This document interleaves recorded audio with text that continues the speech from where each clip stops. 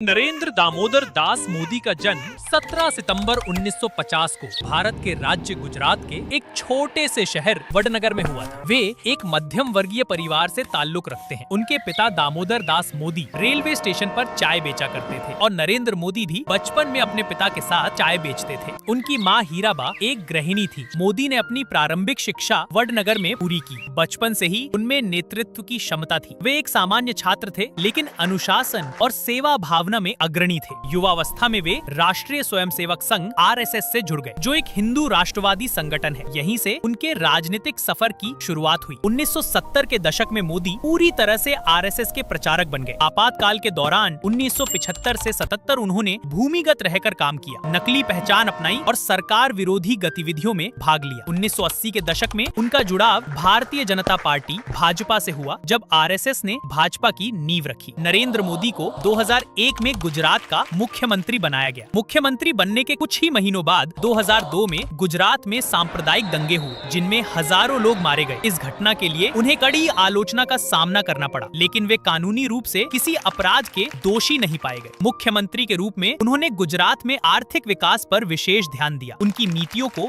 Gujarat model के नाम से पूरे देश में प्रसिद्धि मिली। 2014 के आम चुनावों में नरेंद्र मोदी को भाजपा ने अपना प्रधानमंत्री पद का उम्मीदवार घोषित किया। उन्होंने सबका साथ सबका विकास के नारे पर चुनाव प्रचार किया। उनके जोशीले भाषणों, सोशल मीडिया पर सक्रियता और विकास के वादों ने भाजपा को ऐतिहासिक जीत दिलाई। नरेंद्र मोदी 26 मई 2014 को भारत के 14वें प्रधानमंत्री बने। 2019 में नरेंद्र मोदी ने एक बार फिर भारी जीत दर्ज की। उनकी सरकार ने कई अहम फैसले लिए। अनुच्छेद 370 का हटाया जाना, 3 तलाक पर प्रतिबंध, नागरिकता संशोधन अधिनियम, कोरोना वायरस के दौरान लॉकडाउन और वैक्सीन अभियान, वैश्विक स्तर पर भारत की पहचान को मजबूत करना। मोदी को एक कठोर, संकल्पित और देशभक्त नेता माना जाता है। उनके समर्थक उन्हें भारत की तरक्की और वैश्विक पहचान का प्रतीक मानते हैं, जबकि आलोचक उन्हें धार्मिक ध्रुवीकरण, अभिव्यक्ति की स्वतंत्रता पर अंकुश और संस्थागत स्वतंत्रता को सीमित करने के लिए आलोचना करते हैं। मोदी को कविता, योग और सोशल मीडिया पसंद है। वे अक्सर अपने भाषणों में दमदार उदाहरणों का उपयोग करते हैं। उन्होंने